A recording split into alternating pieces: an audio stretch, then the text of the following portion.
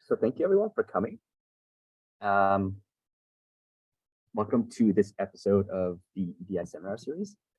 It's hosted by GrasPods, which is BC Cancer's graduate and postdoctoral organization. My name is Chumbum. I run this organization, and alongside with me is Josh Bridgers from the Diversity Matters group from the Genome Sciences Center. Josh, if you want to do a quick introduction. Sure thing. Hi, y'all. I just want to say Diversity Matters is a group of individuals who are committed to advancing equity, diversity, and inclusion in research and healthcare. If you end up enjoying this talk, please consider contacting us to help with future events, uplifting voices, and advocating for better, more inclusive, and diverse research. Thank you. In addition, we would like to acknowledge that this seminar is being hosted on the ancestral, traditional, and the unceded lands of the Coast Salish peoples, including those of the Musqueam, Squamish, and Tsleil-Waututh nations. And without further ado, I want to introduce today's speaker of what I know will be a fantastic talk. Dr. Arefeh Rouhi is actually my co-supervisor, alongside with Dr. Florian Kuchenbauer. And they both run the Kuchenbauer-Rouhi lab at the BCCRC in the Terry Fox department.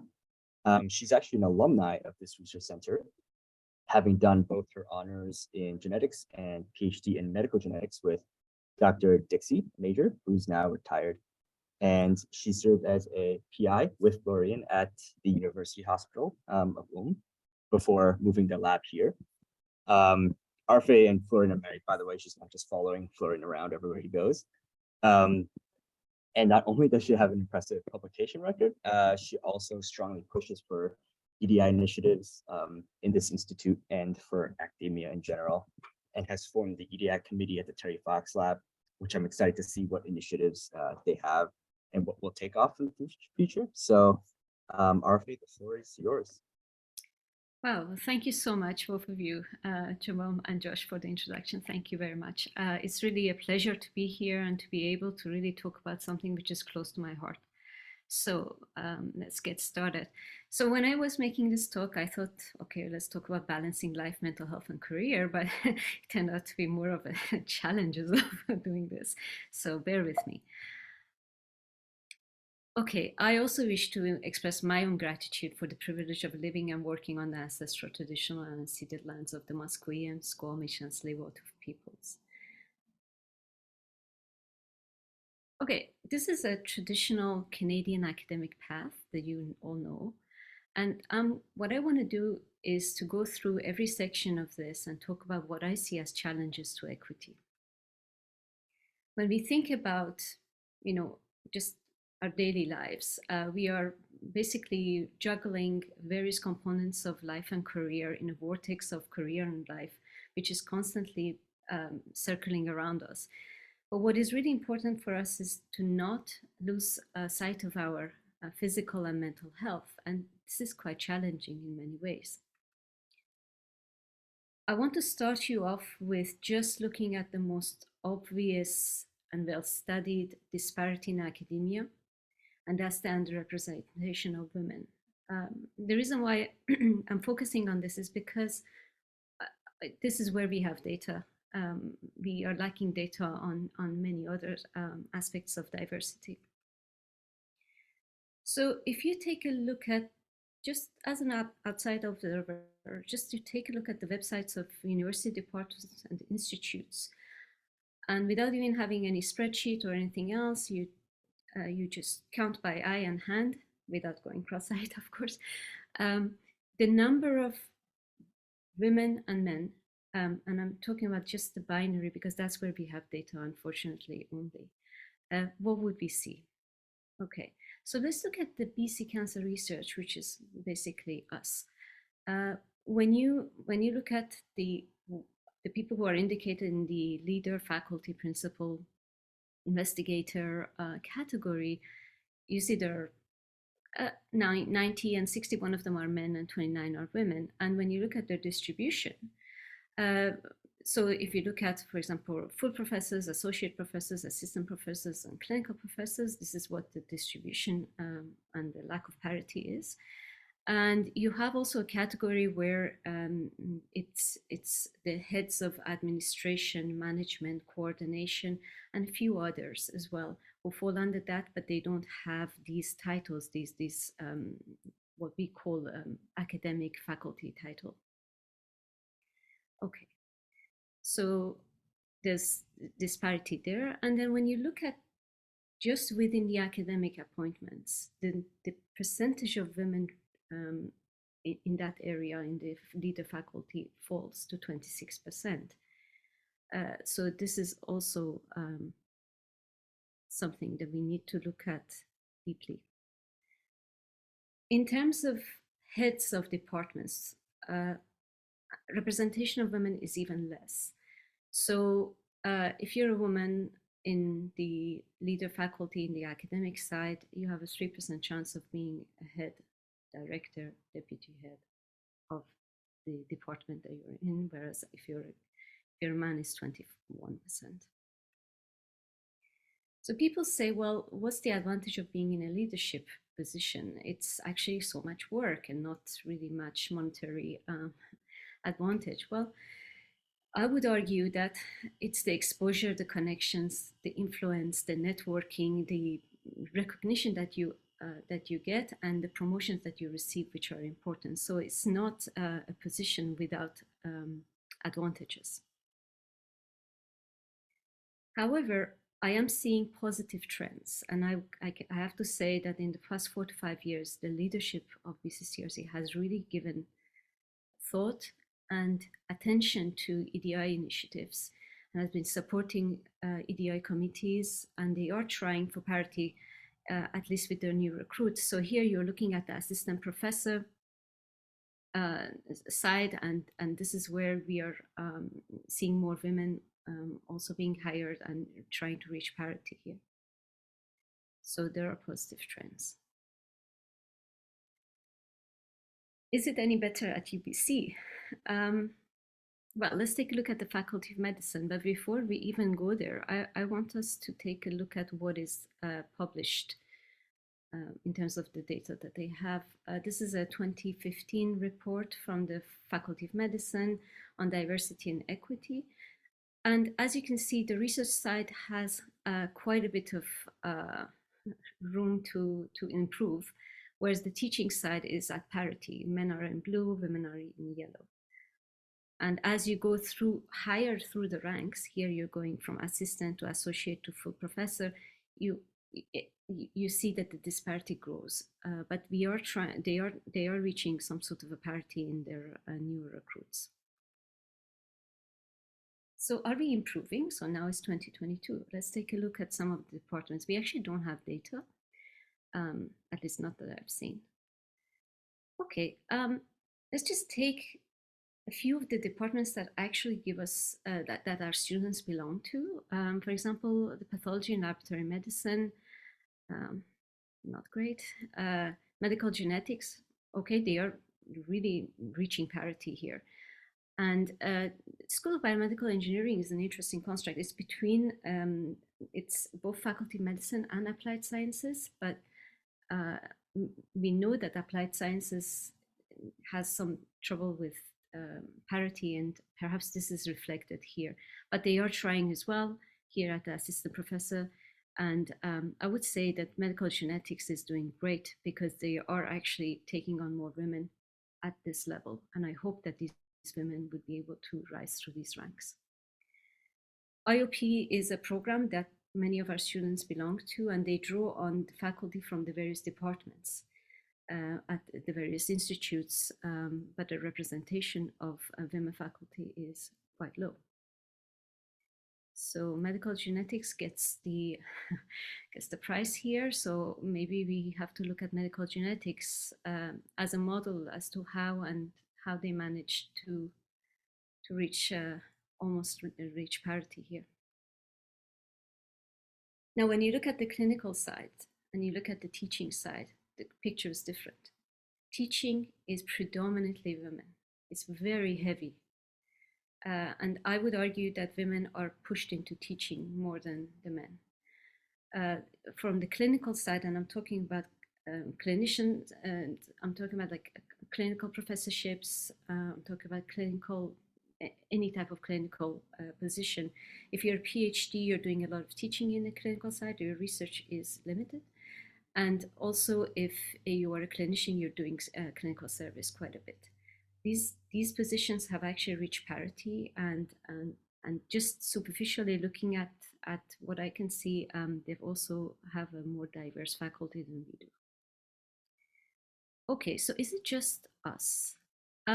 No, I would argue that this is a major problem all over. I know we always like to compare ourselves to the Americans, but we should actually compare ourselves to the Europeans as well, who are perhaps even more forward on these things than we are.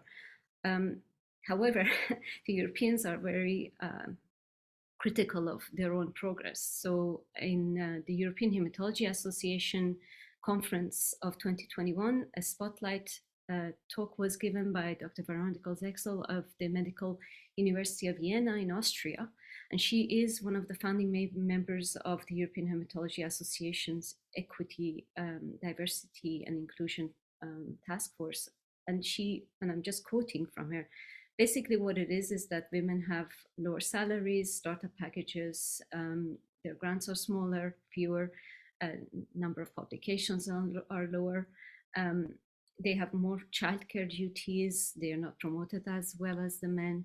And one of the most striking things for me from her talk was the imposter syndrome that women experience, and because they feel isolated in their positions. And I think this has a really negative effect on the mental well-being.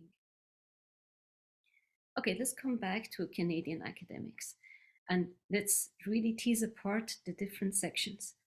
Let's start with faculty positions and identify some of the barriers. This is my view about this, and people may disagree, and I would love to hear the discussions on this. I think one of the biggest cudgels that women are hit with is the independence and the proof of scientific independence. And now I would argue that we raise our trainees to be collaborative, cooperative, and then suddenly you have to show that you are an island of independence, who can do everything by yourself. And women are especially put under the microscope with this, and you hear questions about what their true contribution was, how dependent they are on their previous supervisors, why are they sharing publications with so many authors, sharing of associateships versus authorships, and also not having sole grants. And this on top of the imposter syndrome that women already are experiencing, completely is negative on the self-confidence of people. I think independence, or this extreme reliance on it in our academic structures, also biases against people who are coming from the collective cultures, from the we cultures. It biases against collaboration and giving credit to other people for what they're doing. It biases against childbearing individuals, regardless of your sex and gender. It also affects your family and caregiver people who have family and caregiver responsibilities. But it is promoting for like a sort of an egoistic type of a character, and I think it creates a toxic environment. At least this is my view. Another thing is stigma and expectations of conformity, and this is something that you can, here I've put she is not, but you can replace that with any pronouns for anybody who is different in many ways. This, I think, affects diversity in general.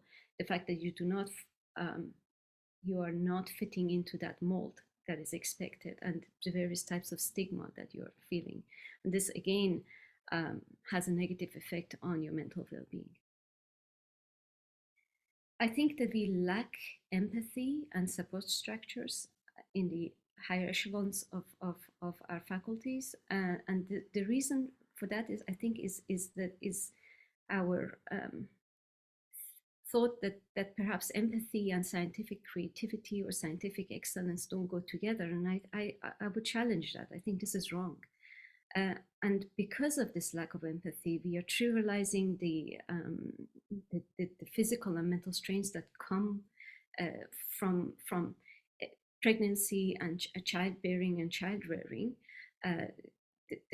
trying to find childcare which is adequate, especially early childhood childcare, and also the fact that we are very reluctant to be flexible with hours and also allow part-time positions.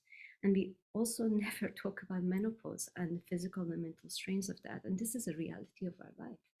So I think some of the stuff that I've mentioned here affect people regardless of their sex and gender, because many of us, regardless of our diversity, we are involved in childcare.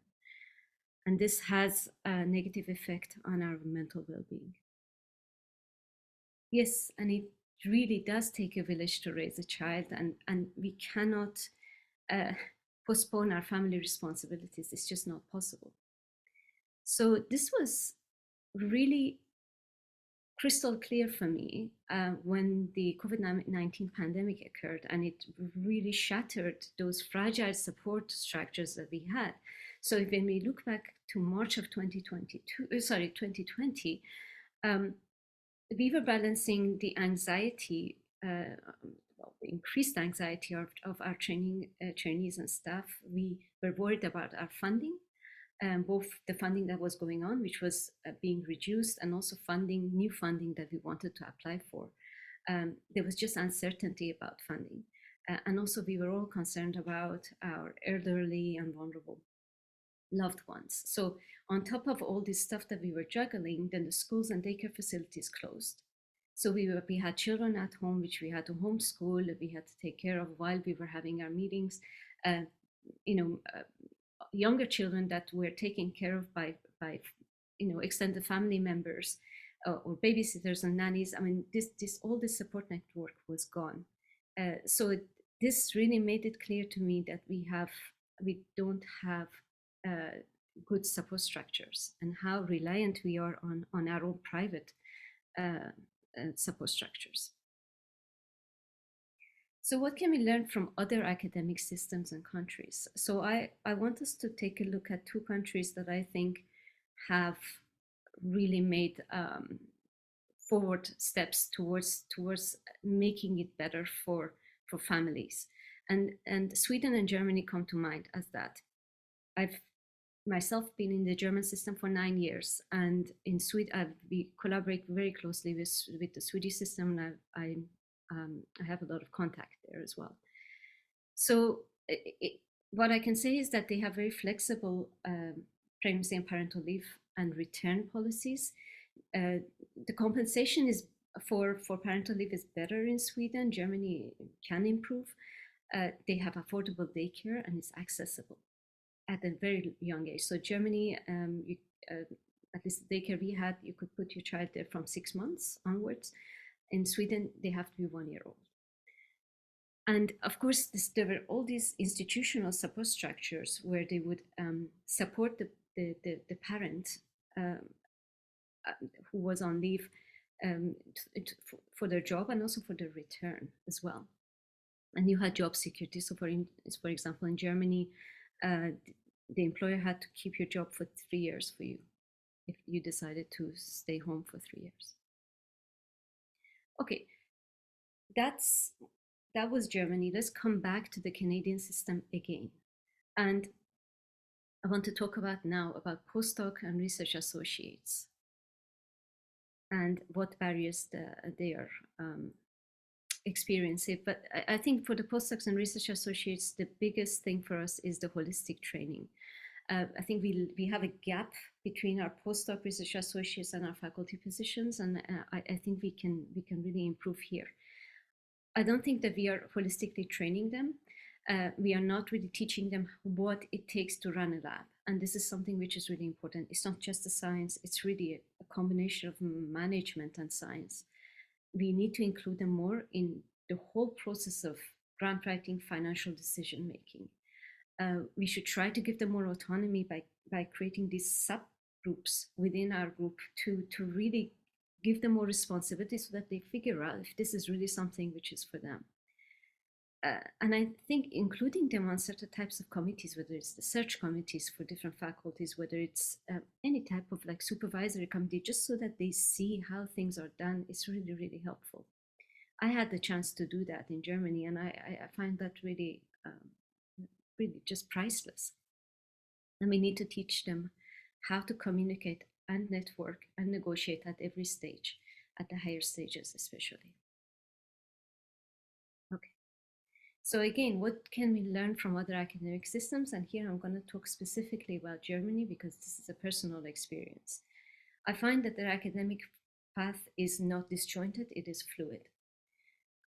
So the way it works is that you can get, as a postdoc, you can apply, hold national grants. I'm talking about grants at the level of the Tri-Council.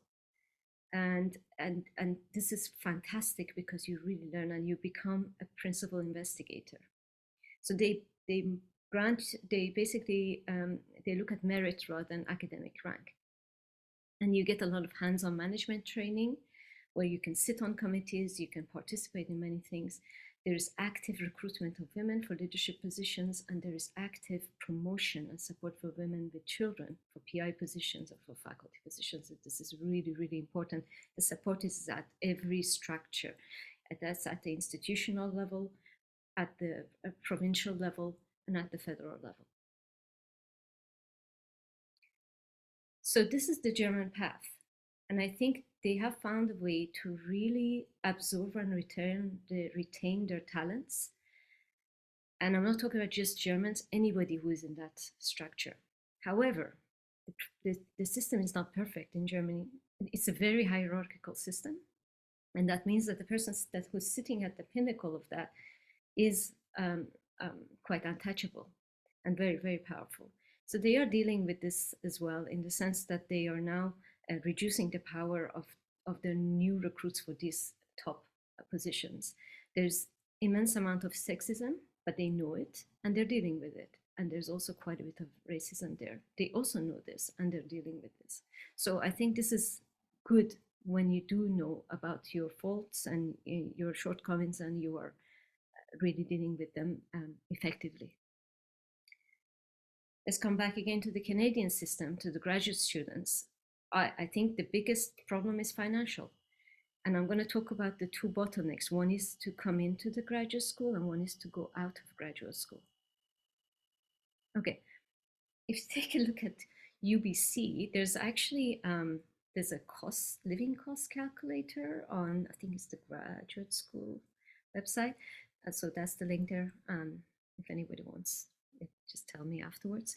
So I sort of plugged some numbers in and they plugged some, they pop some numbers out, and basically what it comes down to is that if we pay as a graduate student 25K a year, and that's pretty much what graduate students of various departments get, that's how much they need to spend just to, well, break even, which means that if they have other needs, that's it, they go into debt. So what do I mean? Around half of the Canadian students have student loans. And in order to make things, ends meet, they have to have second jobs.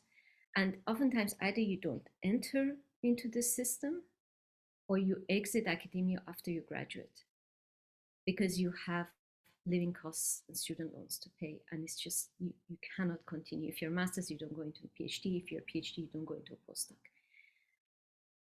And again, especially towards the end of this sort of section of your academia, so a lot of people are starting a family and they need to balance their family responsibilities and affording that with pursuing their academic ambitions. And I think it's actually really heartbreaking to see that this is not a choice for everybody. So I think we are losing scientific talent and diversity at this junction here. And we are selecting actually for the economically elite. And I don't think that our future is very bright if we continue on this path. Okay, Let's go to the undergraduates. Again, I think it has to do with the affordability of education. Well, I mean, over the past year, especially the past few months, we are seeing these really shocking news articles coming out. And when you talk to the students, it looks really dismal. A couple of weeks ago, UBC students walked out in mass to protest their food insecurity. So basically, we have starving students, and this is not 5%, 10%. This is 30 to 40%, and this is shocking to see. How do we tolerate this? I don't know. But this is very negative on our mental health, on the mental health of our students, on the physical health of our students. You cannot expect a student who's starving to be able to concentrate in class, to get good grades, and to progress through our grade-obsessed academic system. So there's really something we need to think about. I want to talk about practical research experience, but I want to talk about specifically when it comes to diversity, the co-op program. I love the co-op program. I think it's amazing. We get such fantastic students out of it, but I do feel that we don't have good diversity. I will give you an example. I get around 50 to 70 co-op applications at every semester that we make selections, and usually we make selections once a year. And I have seen one student in the last 4 years who identified as indigenous. And I find that a shock, and I find that this is a really major shortcoming of our system. Why isn't our undergrad and our system more inclusive for everybody? I think volunteering becomes an affordability issue. And the same goes with an honest thesis. Can I afford to put this extra time without getting paid to do research? Or do I have to work a second job in order to finance my undergrad? And these are things, again, to think about. Okay, I really think we are wasting a lot of talent in the various sections of our academic path. And I think we need to give a serious thought about how to fix this.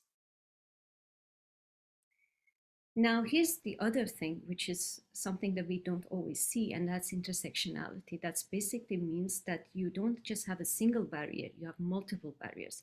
Imagine you are a woman and you're coming from an economically underserved a minority group. At every level, your barriers are going to be stacking up. And this is something that we also should tackle, and this is a diversity issue.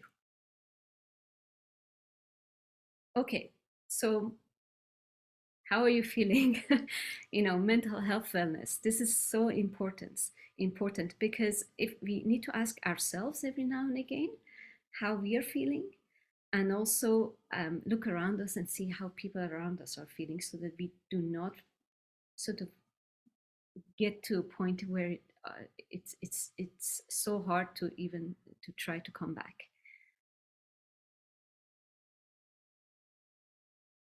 Well, we are juggling and struggling against time, and at every given time in our life, we are dealing with our health. Some of us are dealing with long commutes. We are trying to balance a dual career household. We have cultural responsibilities, whether these are traditions or religious responsibilities, whether it is passing on our traditions to our children. There's societal expectations, for example. We are not hermits. We live in a society, so there are certain things that we need to do. We have caregiver responsibilities. It could be for a loved one, it could be for children. And then, of course, looming over us is the cost of living, and making time to look for savings at every step, and that takes time. Now, so if you add on all the pressures of work, the deadlines and the expectations, you basically throw in another big ball in there to juggle. And if you do, if you also belong to a minority or underserved community, for example, if you're a woman, you belong to the indigenous, Black, and person of color, or you belong to a gender and sex diverse and sexual orientation diverse group, or you are a person who lives with disability. These are things that also mean that there's extra pressure put on you without much advantage for you to do more, to be part of committees, to have opinion, to do training here and there. And I think what you get in return is not comparative to the amount of effort. Is there a solution? Well, let's see. So I would propose, for example, I think at every stage we can do better. I think our undergrad, for example, really needs to be decolonized to make it more inclusive for a lot of people. And we need to reduce tuition, and we need to subsidize the meals. And this is not anything which is strange. A lot of universities in the world subsidize their meals. So UBC, which is a very rich university, should do that too. At the level of grad school, I don't think we should increase tuition. We should really try to think about whether we can subsidize it or reduce it. We need to increase the number of awards and the amount of the awards. The amount of the awards are like the monetary amount of the awards is actually quite low. We need to also advocate and also lobby the federal and provincial governments to subsidize our graduate education, and we need to also go to philanthropic organizations and ask them to also subsidize this as well, if possible. And we need to provide more affordable housing. At the postdoc and research associate level, I would say, as I said, I think we need to do more holistic training. We need to increase gradually the responsibility and give autonomy just to prepare our trainees at this stage for the later stages. And we need to also expand grant application eligibility as well here. And this is a big problem in our academia. Again, here you start having family responsibilities, so we need to create part-time and flexible positions to bring back people and not lose our talents. At the faculty position level, I would say transparency is really important. Empathy and equity is important. But I also think that peer-peer support would help. So I would also, in the next slides, talk about what I think is really important, and this is not a new concept, actually it was maybe proposed in some way in 20 years ago, which is part-time tenure track positions. But I haven't seen this actually applied. So this is what I would propose, and that it's basically what I call a codependent and cooperative research model, which is basically creating teams, partnerships, where you can have part-time faculty team up together and really supervise and run labs together. Co-supervision cooperatives, basically co-supervision teams, again, multiple faculty members, 2 faculty members. It really will help the students as well. A junior-senior team, a partnership, not a hierarchical relationship. Postdoc research associate with a faculty team, again, not a hierarchical, but actually equal partnership.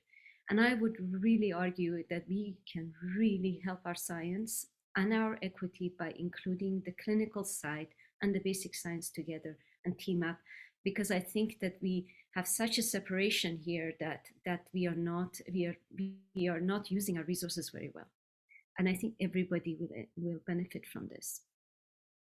So with the status quo, what can we do? I really think it doesn't matter how small you think your contribution is, it makes a difference because it adds up. Look around you and see what's really important for you, what you see. Listen to people, discuss things with them, and then start a discussion, because this is important. Everything starts from discussion. And I'll give you an example, and I think this is a huge step forward for us at the BCCRC for our equity. And this is really, this is the creation of a document for conceiving, pregnant, and chest-feeding laboratory workers. And I want to thank specifically Elizabeth and Lauren, our biological safety and our research radiation safety officers, for putting this document together. This is really important. So this document came into effect because of the grassroots movement. People on the ground, trainee staff, went to EDI people and said, hey, this is lacking. Where do I find information? I need more. And then the EDI people, we went to the JOSH committee, which is the safety committee, and we talked to them. And they were so receptive. They listened. We discussed, we went back and forth, and Elizabeth and Lauren put the work together, and they gave us this document. And I want to again say thank you to everybody who was involved here. So yes, you can make a change. Okay, the TFL committee, EDI committee, we are really mostly focused on the TFL at this point. We are doing two main things. One is the promotion of the Work Learn program, which is a paid part-time or sponsored part-time position for undergraduate students who are domestic and international, and it allows them to continue doing research while they're taking classes, but also getting paid. And then there's the Welcome Committee, which I think is really, really important, because we've been hearing, especially from the international students, that they don't have as much support as they would like, and they feel isolated. And so what we want to do is to really bring all the new people together, create a support network, talk about problems that they may have, and try to make life better for everybody at the TFL. Our future work for the TFL is to have an EDI survey. And I want to see what every category of job in the TFL, like people in any category, feel about EDI issues. And we are also discussing how, like, ways that we can financially support graduate students. So these are things that we are discussing at this point. My personal goals are to advocate or at least start a discussion about the codependent cooperative research model. And I would love to hear from you in the audience what you think and how we should go forward.